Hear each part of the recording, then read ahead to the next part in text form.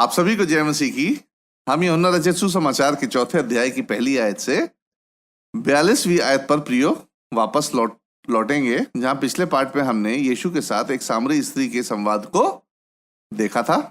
इस पार्ट में हम इस घटना के एक प्रमुख भाग को जानेंगे जो हर एक मसीह विश्वासी के जीवन का हिस्सा है, परंतु ज्यादातर मसीहियों के जीवन का ये हिस्सा बन नहीं पाता है। आइए हम इसको देखते हैं।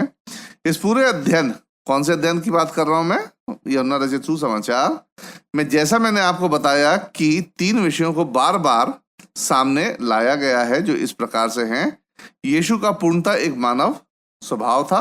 जैसे एक थके हुए व्यक्ति को प्यास लगती है, वैसे ही थके हुए यीशु मसीह को भी प्यास लगी थी, जो इस बात को दर्शाता है कि यीशु मेरे और आपकी तरह एक मनुष्य था। यीशु मानव के साथ साथ क्या था? दिव्य भी था। प्रियो, सामरी स्त्री के अतीत को हूबहू बताकर यीशु ने इस बात को साबित किया था कि वह परमेश्वर के पुत्र दिव्य यीशु मसीह है। He was also divine in nature. तीसरी बात, सामरी स्त्री की ही घटना में हम देखते हैं कि कैसे स्त्री अविश्वास से कहां जाती है? विश्वास की ओर जाती है। साथ ही गांव भी, पूरा जो गांव था, अविश्वास से यीशु पर विश्वास की ओर जाता है। प्रियो, इस पार्ट में हम एक बार फिर से चौथे अध्याय की इस घटना को और अधिक डीप से देखेंगे, यानी गहराई से जांचेंगे। परंतु इस बार हम इस बात पर ध्यान देंगे कि कैसे यीशु दूसरे व्यक्ति को व्यक्तिगत रूप से सुसमाचार प्रचार करने के लिए आगे बढ़ते हैं। प्रियो, इस पद्धति को हम स्वयं व्यक्तिगत प्रचार के लिए अपना सकते हैं और अपनी कलीसिया को लाभ पहुंचा सकते हैं। तो आइए हम देखते हैं व्यक्तिगत प्रचार के कुछ नियम और उसके बारे में कुछ जानकारी को हासिल करते हैं। प्रियो, ये बहुत जरूरी है कि जिस किसी को भी उद्धार का उपहार मिला है, उसे उस उपहार को दूसरे के साथ साझा करने की एक इच्छा होनी चाहिए, क्योंकि आज हमें भी जो उद्धार का अनमोल ये उपहार मिला है, वो दूसरे की दयालुता और उदारता के कारण ही मिला है। हमें भी चाहिए कि इस अनमोल उपहार और खुशखबरी को उन लोगों तक पहुंचाएं जिन्होंने ना तो अभी तक सुसमाचार को सुना है, ना सुसमाचार को जाना है और ना ही सुसमाचार को प्राप्त किया है। सुसमाचार को साझा करने और दूसरे को मसीह के पास लाने की इस प्रक्रिया को व्यक्तिगत प्रचार कहा जाता है, यानी पर्सनल इवेंजलिज्म कहा जाता है। यदि मैं कलीसिया में प्रचार कर रहा हूं, एक समूह को शिक्षा दे रहा हूं, तो प्रियो, यह व्यक्तिगत प्रचार की श्रेणी में नहीं आता है। यदि मैं इस वीडियो के माध्यम से प्रचार करता हूं, तो यह जनसंपर्क साधन प्रचार और शिक्षण कहलाएगा, यानी mass media evangelism and teaching कहलाएगा। हाँ, यदि मैं व्यक्तिगत तौर पर एक व्यक्ति के साथ बैठता हूं, उस व्यक्ति के साथ अपना विश्वास क्या करता हूं? साझा करता हूं, उसे सुसमाचार बताता और पालन करना सिखाता हूं, तो यह पर्सनल इवेंजलिज्म यानी व्यक्तिगत प्रचार कहलाएगा। प्रियो, यदि हमें किसी पैटर्न को जानना है, जैसे कि प्रभु भोज कैसे लेना है, बपतिस्मा कैसे लेना है, कौन सा बपतिस्मा लेना है, कलीसिया का कार्य कैसे व्यवस्थित करना है, इत्यादि, तो ये सारी चीजें हमें बाइबल के आदेशों से, उदाहरणों से तथा प्रारंभिक कलीसिया के कार्यों के अनुमानों से जानने को मिल जाती हैं। इस प्रकार से यूहन्ना के चौथे अध्याय की पूरी 42वीं आयतों में हमें एक व्यक्तिगत प्रचार का एक बेहतरीन पैटर्न, एक बेहतरीन नमूना देखने को मिलता है, जिसका उपयोग यीशु मसीह ने किसके लिए किया था? व्यक्तिगत प्रचार करने में किया था। प्रियो, यीशु मसीह ने जिस विधि, मेथड का उपयोग यहां किया था, हम उसे गुणा वाली प्रणाली कह सकते हैं, यानी मल्टीप्लिकेशन सिस्टम कह सकते हैं। आइए प्रियो, इस गुणा वाली प्रणाली को यानी मल्टीप्लिकेशन सिस्टम को समझने का प्रयास हम करते हैं कि ये कैसे काम करता है। आइए हम सबसे पहले गणित के कुछ नियमों को समझते हैं। हम जानते हैं प्रियो कि गुणा यानी मल्टीप्लिकेशन साधारण जोड़ से यानी एडिशन की तुलना में वृद्धि यानी इंक्रीज करने का एक तेज तरीका है, यानी multiplication is more faster than addition. इसका एक बेहतरीन उदाहरण कुछ समय पहले टीवी पर दिखाया गया था और उदाहरण में उन्होंने ये समझाया था, यदि आप एक साधारण शतरंज की बिसात मतलब चेस बोर्ड को लेते हैं और उसके प्रत्येक खाने पर एक चीनी का टुकड़ा रखते हैं तो आपके पास 64 कितने 64 चीनी के टुकड़े होंगे। ये क्या हुआ प्रियो? ये हुआ साधारण जोड़, एडिशन मेथड। दूसरी ओर यदि आप प्रत्येक खाने पर चीनी के टुकड़े की संख्या को केवल 2 से गुणा करते हैं, जैसे 1 एकम 2, 2 दूनी 4, 4 दूनी 8, 8 दूनी 16, इस प्रकार से आप गुणा करते हैं और इसे आखिरी 64वें खाने तक गुणा करते रहते हैं, तो शिकागो में विज्ञान और उद्योग संग्रहालय के अनुसार यदि आप चीनी के टुकड़ों को इस तरह से गुणा करते हैं तो आपके पास टेक्सास राज्य को 30 फीट चीनी से ढकने के लिए पर्याप्त चीनी होगी। प्रियो, यह होती है गुणा की शक्ति। गुणा की शक्ति ऐसी होती है। अब जरा आप सोच कर देखिए कि ये चीनी के टुकड़े वो लोग हैं जो ईसाई बन रहे हैं, यीशु मसीह को ग्रहण कर रहे हैं। यदि प्रत्येक ईसाई एक को परिवर्तित करता है तो परिणाम स्वरूप केवल एक ही ईसाई को वह जोड़ता है। तो यह उस प्रकार की वृद्धि है जो प्रारंभिक कलीसिया में हुआ करती थी, यानी कैसी? धीमी, छोटे रूप में, परंतु दृढ़ और स्थिर। यह था जोड़, एडिशन मेथड। दूसरी ओर यदि प्रत्येक ईसाई लगातार खुद को दुगना करता है और दूसरे को भी दुगना करना सिखाता है, तब यह प्रणाली कौन सी हो जाती है? गुणा वाली प्रणाली की यहां प्रक्रिया शुरू हो जाती है। देखा जाए तो प्रचार के लिए अक्सर लोगों की यह अवधारणा रहती है कि प्रत्येक खाने पर चीनी के टुकड़ों को रखने की जिम्मेदारी किसकी है? प्रचारकों की है, पासबानों की है, पास्टर्स की है, क्योंकि उनको इसके लिए क्या मिलते हैं? पैसे मिलते हैं। प्रियो, ये बात सही नहीं, गलत है ये बात। आत्माओं को बचाने की संख्या में तेजी से वृद्धि करने की जिम्मेदारी हर एक ईसाई व्यक्ति की है। सामरी स्त्री वाली घटना में यीशु मसीह ने जोड़ने की प्रणाली का उपयोग नहीं किया था। यहां उन्होंने दर्शाया है कि सबसे पहला शिष्य कैसे बनाया जाता है या पहला परिवर्तित कैसे किया जाता है और फिर उसे कैसे बढ़ाया जाता है। प्रियो, शिष्यों का गुणा करने से पहले किसी को पहले एक शिष्य बनाना होता है, फर्स्ट कन्वर्ट करना होता है, या एक व्यक्ति को परिवर्तित करना होता है, कन्वर्ट करना होता है। और यूहन्ना रचित सुसमाचार में सामरी स्त्री की घटना हमें उसी प्रक्रिया का खुलासा करती है, जिसका उपयोग यीशु मसीह ने व्यक्तिगत प्रचार के इस पहले बुनियादी कदम को पूरा करके किया था, और वह था पहले एक आत्मा को परिवर्तित करना, कन्वर्ट करना। प्रियो, इस अंश में हम उन 7 चरणों को समझेंगे जिनके द्वारा यीशु का अनुसरण करने वाले पहले शिष्य को परिवर्तित किया जा सकता है।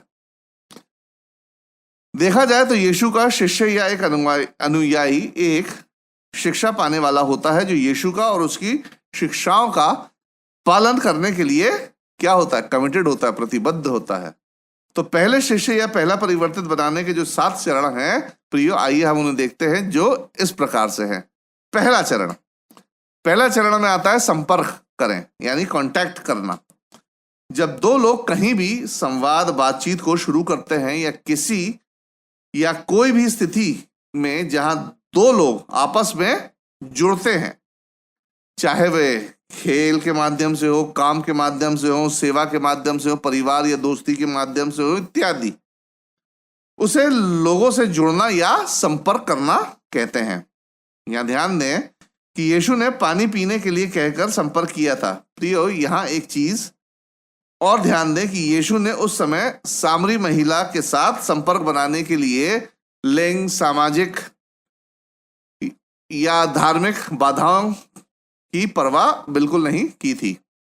किसी को मसीह का अनुयायी बनाने के लिए संपर्क का पहला नियम यही है प्रियो, कि यदि सुसमाचार सबके लिए है तो संपर्क साधने के लिए हमें हर प्रकार की बाधाओं को हटाना होगा, चाहे वे सामाजिक हो या धार्मिक आदि हो।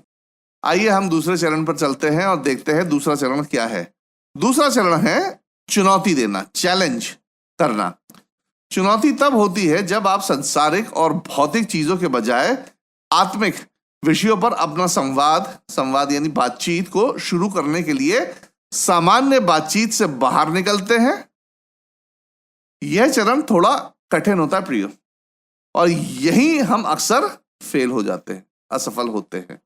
ऐसा तब होता है जब बातचीत गंभीर और महत्वपूर्ण मुद्दों की ओर मुड़ जाती है, जो अविश्वासियों को उनके जीवन का सही अर्थ या उनके जीवन के आत्मिक पहलुओं को पता लगाने की चुनौती देती है, जिससे चीजें खराब और गड़बड़ा जाती हैं।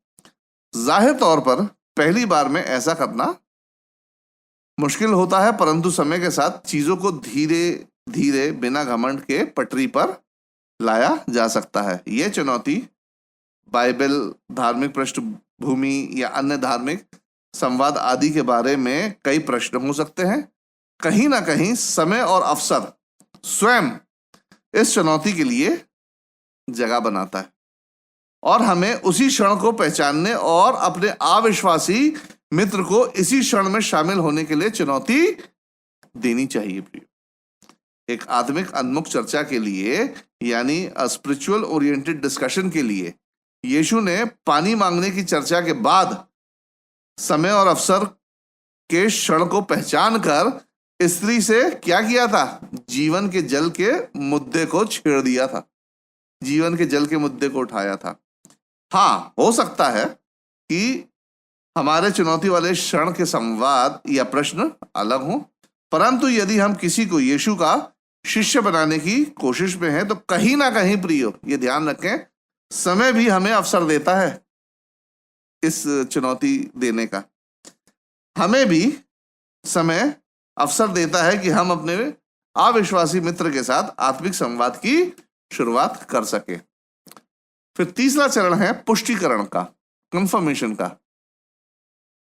अंग्रेजी की एक कहावत है प्रियो, प्रैक्टिस व्हाट यू प्रीच, यानी हम जो प्रचार करते हैं उसका पुष्टिकरण हमें अपने जीवन शैली से देना चाहिए। एक बार जब चुनौती दे दी जाती है और आत्मिक चर्चा शुरू हो जाती है तो यह विश्वासी जन पर निर्भर करता है कि वह उस बात की पुष्टि करे कि वह जो भी कुछ अपने अविश्वासी मित्र को बता रहा है वह उसके बारे में जानता है और उस पर भली भांति चलता है। यह एक मसीह प्रेम, दयालुता का प्रदर्शन, बाइबल का ज्ञान या पवित्र जीवन शैली आदि का उदाहरण हो सकता है। एक बार जब विश्वासी अपने अविश्वासी मित्र को आत्मिक संवाद में शामिल कर लेता है तो विश्वासी को किसी भी तरह से अपने आप में इस बात का प्रमाण प्रदर्शित करने में सक्षम होना चाहिए कि वह जिस बारे में बात कर रहा है वह स्वयं उसका अनुसरण कर रहा है, यानी what he is preaching, what he is telling, he is also following that.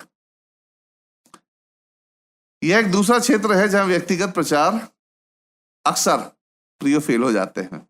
अक्सर अविश्वासी संदेश को अस्वीकार कर देते हैं क्योंकि प्रचार करने वाला विश्वासी अपने प्रचार के अनुरूप अपनी जीवन शैली का प्रदर्शन देने में फेलियर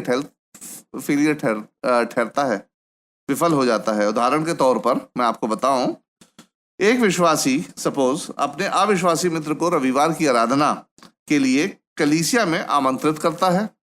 अविश्वासी मित्र तो समय पर पहुंच जाता है और अपने विश्वासी मित्र को वहां ढूंढता है, परंतु नहीं पाता, क्योंकि उस रविवार विश्वासी जन ने अपने अविश्वासी मित्र को तो बुला लिया, परंतु विश्वासी जो है स्वयं वह उस रविवार चर्च नहीं जाता है। तो ऐसे में आप क्या समझते हैं, दोबारा अविश्वासी कभी चर्च आएगा? विश्वासी मित्र से आत्मिक बातें सुनना पसंद करेगा? कदापि नहीं, क्योंकि अविश्वासी मित्र सोचेगा यदि ये आत्मिक बातें मेरे विश्वासी मित्र के लिए इतनी महत्वपूर्ण नहीं है तो मेरे लिए भी इन बातों की कोई भी अहमियत नहीं है।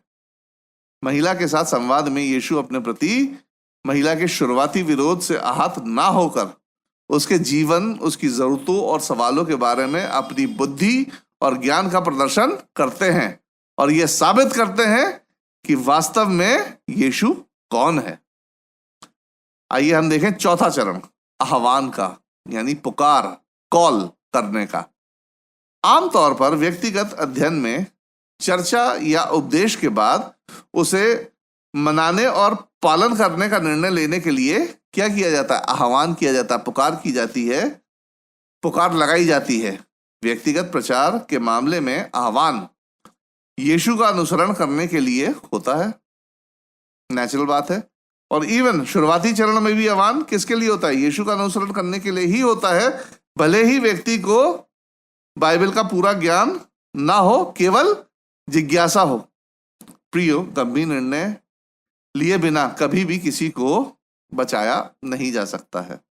किसी दूसरे के निर्णय या दुर्घटनावश कोई भी स्वर्ग नहीं पहुंच सकता है। एक्सीडेंटली कोई भी स्वर्ग नहीं जा सकता है। प्रियो, यदि आपने यीशु के शिष्य बनने का सचेत कॉन्शियस डिसीजन, निर्णय नहीं लिया है तो माफ कीजिए, आप यीशु के शिष्य नहीं बन सकते। यीशु महिला से कहते हैं, मैं ही मसीहा हूं। यीशु ने उसे इस बात पर विश्वास करने के लिए आह्वान दिया, उसे पुकारा, परंतु महिला को विश्वास करने के लिए मजबूर नहीं किया था।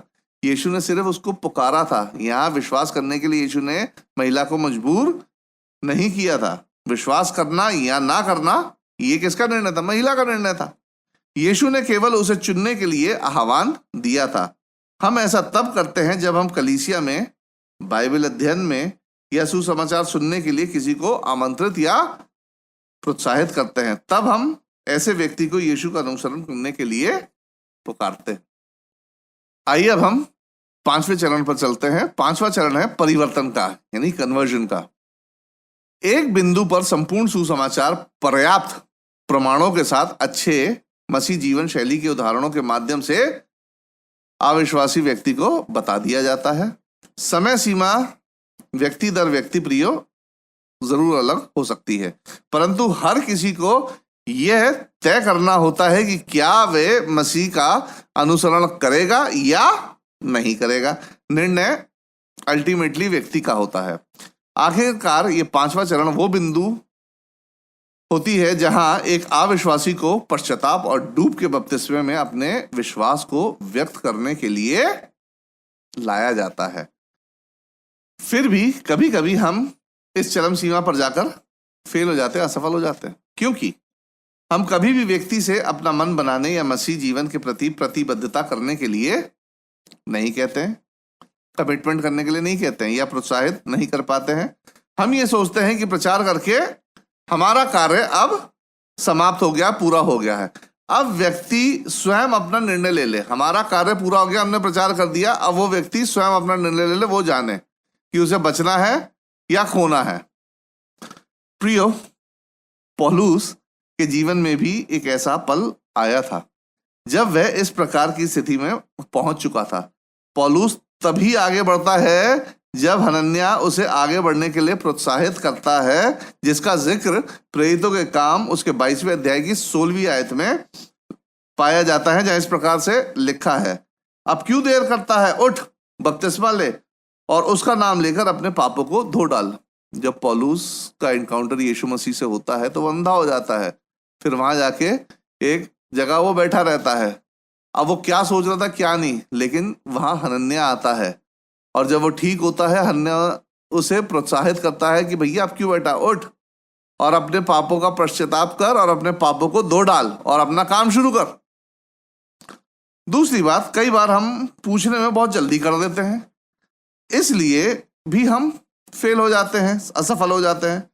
हम केवल सुसमाचार की बुनियादी बातें ही साझा कर पाते हैं अविश्वासी से, और वो भी बिना रिलेशन विकसित किए, बिना संबंध विकसित किए, बिना पर्याप्त प्रमाण दिए। प्रियो, बहुत जरूरी बात है, सुनिए। विश्वास बुद्धि और समझ की तुलना में धीमी गति से बढ़ता है। यानी फिर से मैं दोहरा रहा हूं, विश्वास यानी फेथ बुद्धि और समझ यानी अंडरस्टैंडिंग की तुलना में धीमी गति से आगे बढ़ता है, यानी हमारा दिमाग या समझ हमारे विश्वास, मन या हमारे विवेक से कहीं आगे भागता है। हम बिना विश्वास किए भी कई चीजें समझ सकते हैं कि यह सत्य है, सही है, अच्छी है इत्यादि। उदाहरण के तौर पर मध्य पूर्वी देशों में यानी मिडिल ईस्टर्न कंट्रीज में जहां इस्लाम को मानने वाले ज्यादा पॉपुलेशन है, ज्यादा लोग हैं, इन देशों में लोग लोकतंत्र की अवधारणा से यानी डेमोक्रेसी वाले कॉन्सेप्ट्स को अच्छी तरह समझते हैं कि ये अच्छी और बेहतर चीज है, परंतु अपने मन में दृढ़ विश्वास नहीं कर पाते, अपने मन को कन्विंस नहीं कर पाते, विश्वास नहीं कर पाते। हम बहुत जल्दी ही परिवर्तन के लिए दौड़ पड़ते हैं प्रियो, और जब लोग विरोध करते हैं तो वास्तव परिवर्तन के लिए संपर्क, चुनौती, प्रमाण, आह्वान और प्रोत्साहन देने के बजाय उन लोगों से दूर भागते, उन अविश्वासियों से दूर भागते जिनको उन्होंने चुना था। सामरी स्त्री की घटना में हम उसे यीशु द्वारा दिए गए प्रमाणों पर विश्वास करते हुए प्रियो देखते हैं। एक यहूदी मसीहा के लिए उसकी आशा और उसके विश्वास को मसीह के प्रति स्वीकार करता हुआ हम इस स्त्री को देख पाते हैं, जो एक सामरी को भी बचाने की क्षमता रखता है। सामरी जो यहूदियों से कितना चिढ़ते थे और यहूदी सामरियों से कितना चिढ़ते थे, फिर भी सामरी स्त्री ने एक यहूदी मसीहा की बात, एक यहूदी व्यक्ति की बात यानी यीशु मसीह की बात मानकर उस पर विश्वास किया। तो यदि यह घटना आज की होती तो यह सामरी स्त्री अपने पापों का पश्चाताप करती और डूब के बपतिस्मे में अपने विश्वास को व्यक्त करती। छठवां चरण आता है अभिषेक का, कॉन्सिक्रेशन का। यह वह चरण है जहां परिवर्तित व्यक्ति को वास्तव में पूर्ण शिष्य बनाने के लिए प्रशिक्षित यानी ट्रेनिंग, प्रशिक्षण दिया जाता है। जो पहले अविश्वासी था अब विश्वासी और यीशु का शिष्य बन जाता है। एक नया परिवर्तित अब यीशु के शिष्य की तरह दिखने और कार्य करने लगता है। उदाहरण के तौर पर वह प्रार्थना में जीवन जीने लगता है, वचन को पढ़ने और उसका अध्ययन करने लगता है, अन्य विश्वासियों के साथ सहभागिता करने लगता है, अपने कौशल, अपने स्किल्स के साथ प्रभु की सेवा के नए नए तरीके खोजने लगता है। नए परिवर्तित विश्वासियों के अभिषेक का भार प्रियो कलीसिया के प्राचीनों पर निर्भर करता है। यानी आज कलीसिया की जो पास्टरेट कमिटीज होती हैं, प्राचीन होते हैं, ये उन पर निर्भर करता है। ये सुनिश्चित करना उनका काम होता है कलीसिया का कि नए विश्वासियों को प्रभावी और फलदायी मसीह जीवन के लिए सुसज्जित यानी इक्विप करने के लिए मंडली द्वारा सचेत प्रयास किए जाए। ये मंडली का, कलीसिया का कार्य होता है कि नए विश्वासियों को कैसे फलदायी बनाया जाए, उन्हें कैसे इक्विप किया जाए, उनको कैसे ट्रेंड किया जाए। सामरी स्त्री की घटना में महिला यीशु के संपर्क में आने के बाद तुरंत अपने परिवार और समुदाय के बीच यीशु के साथ अपनी संक्षिप्त परंतु सामर्थी मुलाकात को साझा करने के लिए ऊर्जावान, एनर्जाइज्ड हो जाती है।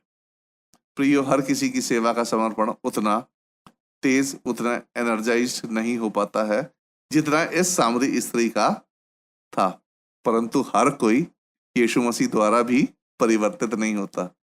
यीशु मसीह है और हम मनुष्य हैं। तो जब हम किसी को प्रचार करते हैं या यीशु मसीह के पास लाने की कोशिश करते हैं, तो जैसे सामरी स्त्री एनर्जाइज हो गई थी, एकदम ऊर्जावान हो गई थी, शायद आप जिस पे कार्य कर रहे हैं वो इतना ज्यादा ऊर्जावान ना हो, तो एकदम से निराश ना हो। सातवां चरण आता है मल्टीप्लिकेशन का, गुणन का। यदि जोड़ने की प्रणाली यानी एडिशन वाली प्रणाली में देखें तो पहले महिला क्या करती, घर जाती और शायद अपने साथी के साथ अपना अनुभव साझा करती। उसका एक साथी होता महिला का, उसके साथ वो अपना अनुभव साझा करती ताकि वे भी प्रभु को जान सके और प्रभु का शिष्य बन सके।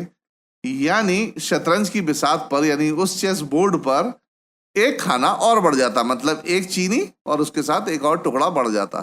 तो ये तो हो जाती एडिशन वाली प्रणाली। परंतु इस महिला ने नगर में सुनने वाले हर किसी के साथ अपने अनुभव को साझा करके गुणावाली प्रणाली को यहां शुरू कर दिया था। प्रियो, हमें इस घटना में ज्यादा विवरण देखने को तो नहीं मिलता है, परंतु यूहन्ना रचित सुसमाचार के 4 अध्याय की 28वीं आयत में महिला नगर के लोगों के पास जाती है, जिनको शायद वो पहले से जानती हो, जिनका उस महिला से संपर्क रहा होगा, और वह उन्हें चुनौती देती कि वह स्वयं विचार करें कि उसके साथ क्या आश्चर्यजनक बात हुई है। आगे हम पढ़ते हैं कि लोगों ने महिला की बात पर विश्वास किया और वे दूसरों को यीशु के पास लाते हैं। पहले महिला ने कुछ लोगों को बताया और उन लोगों ने दूसरों को बताया, और वे लोग दूसरे लोग दूसरों को यीशु के पास लाते हैं, फिर यीशु के वचनों के कारण उस पर विश्वास करते हैं। यूहन्ना ने तो इस बात का वर्णन नहीं किया है, परंतु इस घटना के अंत के भाग में हम उन लोगों की संख्या का अनुमान लगा सकते हैं जो महिला की गवाही के द्वारा यीशु के पास आए, और फिर उन लोगों की संख्या का अनुमान लगा सकते हैं जो लोगों के द्वारा यीशु के पास लाए गए और परिवर्तित हुए थे। एक महिला कई लोगों को लाई और कई लोग बहुत से लोगों को प्रियो यीशु के पास लाए। ये होती है व्यक्तिगत प्रचार में गुणावाली प्रणाली की शक्ति। यदि हम इस गुणावाली प्रणाली को अपने व्यक्तिगत प्रचार में उपयोग में लाते हैं तो हम एक पीढ़ी में ही राज्य में, देश में और दुनिया भर में हर जगह कलीसियाओं को स्थापित कर सकते हैं, जहां जहां कलीसियाओं की आवश्यकता है। परंतु सवाल ये है कि हम ऐसा क्यों नहीं कर पा रहे हैं, हमें कौन रोक रहा है? इसके प्रियो 2 मुख्य कारण हैं। पहला, हम जागृत रूप से गुणावाली प्रणाली को लागू नहीं कर पाते हैं। अधिकांश कलीसिया आज भी ये जोड़ने वाली, एडिशन वाली प्रणाली का ही उपयोग कर रही हैं, क्योंकि या तो वे इस प्रणाली को जानते नहीं हैं या फिर इस प्रणाली के लिए ट्रेंड नहीं है, प्रशिक्षित नहीं है। दूसरी बात, और यदि कोई कलीसिया इस गुणावाली प्रणाली का उपयोग करने का प्रयास करती भी है तो वह केवल इसके कुछ चरणों का ही उपयोग करती है या मानवीय कमजोरियों के कारण इन चरणों के क्रम को बीच से तोड़ देती है। जैसे उदाहरण के तौर पर, हम दूसरों के साथ अपने अधिकांश संचार संवाद को गैर आत्मिक स्तर पर छोड़कर संपर्क से चुनौती की ओर नहीं जाते हैं। हम जब संपर्क साधते हैं, किसी के साथ संपर्क बनाते हैं, तो हम वर्ल्डली ही बातों में अटके रहते हैं, आत्मिक बातों की ओर नहीं जा पाते हैं, चुनौती उसको नहीं दे पाते हैं। और यदि व्यक्ति चुनौती या आह्वान का जवाब नहीं देता है, यदि हमने चुनौती दे भी दी और अब यदि व्यक्ति चुनौती या आह्वान का जवाब नहीं देता है, तो हम बहुत जल्दी ही हार मान जाते हैं। हम उन लोगों से दूर हो जाते हैं जो पहली बार में ही सुसमाचार का जवाब नहीं देते हैं कि हमने तो सुनाया था लेकिन ये रिस्पॉन्ड ही नहीं कर रहा, चलो आगे चलते हैं, दूसरे को देख। हम अपने संपर्कों से लेकर यह अनुमान लगाने में लगे रहते हैं कि कौन सुसमाचार का जवाब सकारात्मक रूप से देगा और कौन नकारात्मक रूप से, यानी who will respond to the gospel in positive और नेगेटिव वे। इसी का अनुमान लगाते रहते हैं, ये इसको सुनाए या ना सुनाए, ये नेगेटिव वे में देगा, ये पॉजिटिव वे में देगा। ये अनुमान लगाने में अपना टाइम खराब कर देते हैं। प्रियो, व्यक्तिगत प्रचार की गुणावाली प्रणाली में हर कोई जन एक संभावित संपर्क साबित हो सकता है। हमें हमेशा अपने संपर्कों को चुनौती देने के अवसरों को तलाशते रहना चाहिए। साथ ही अपने विश्वास को प्रमाण देने के लिए तैयार और सक्षम रहना चाहिए और अपने संपर्कों को किसी ना किसी तरीके से यीशु का अनुसरण करने के लिए बार बार बुलाने के लिए अपने अंदर उत्सुकता बनाए रखना चाहिए। शिष्यों की संख्या बढ़ने में हमें अपने संपर्कों को परिवर्तित करने और सुसमाचार का पालन करने के लिए कहने से लज्जाना और डरना नहीं चाहिए। हमें सुसमाचार सुनाने से लज्जाना और डरना नहीं चाहिए कि वो क्या सोचेगा, क्या सोचेगी इत्यादि। प्रियो, कलीसिया को भी गुणावाली प्रणाली का उपयोग करने के लिए लोगों को प्रशिक्षण सुसज्जित करने के लिए तैयार रहना चाहिए, मतलब लोगों को ट्रेंड करने के लिए, इक्विप करने के लिए कलीसिया को भी तैयार रहना चाहिए। निसंदेह जब ये गुणावाली प्रणाली शिष्य बनाने के लिए हावी हो जाती है तो ये समुद्री लहरों पर सवार होने जैसा होता है प्रियो। हम एक बार फिर यरूशलेम की प्रारंभिक कलीसिया जैसे हो जाते हैं, अविश्वसनीय चीजें करते हैं, अविश्वसनीय बलिदान देते हैं और वास्तव में दुनिया को उस फसल का प्रबंध, उस दुनिया को उस फसल को मैनेज करने के लिए पीछे छोड़ देते हैं जो परमेश्वर दे सकता है और देता है। इस गुणावाली प्रणाली में प्रिय एक जोखिम भी है कि आज वर्तमान परिस्थितियों में इस प्रकार की गुणावाली प्रणाली वाले परिवर्तन को संभाल पाना बहुत कठिन है, क्योंकि इतने ज्यादा परिवर्तन यदि हो गए, कन्वर्ट हो जाते हैं, उनको संभालने के लिए बहुत सारे संसाधनों की आवश्यकता भी पड़ती है। फिर भी आज हम जिस जोड़ वाली प्रणाली पर टिके हैं उसी पर हमें अपना प्रिय ध्यान केंद्रित करना चाहिए, क्योंकि हम इसे नियंत्रित कर सकते हैं। परंतु बात यहाँ ये है कि हम इस जोड़ वाली प्रणाली में खुद भी शामिल हों, ना केवल प्रचारक और पासबान पर ही निर्भर रहें कि ये लोगों को परिवर्तित करना केवल इन्हीं पासबान और पास्टरों का काम है, हमारा नहीं। ऐसा बिल्कुल नहीं है प्रियो। यह हर एक मसीह व्यक्ति का कार्य है कि हम इस जोड़ वाली प्रणाली के परिवर्तन में अपने आप को शामिल करें।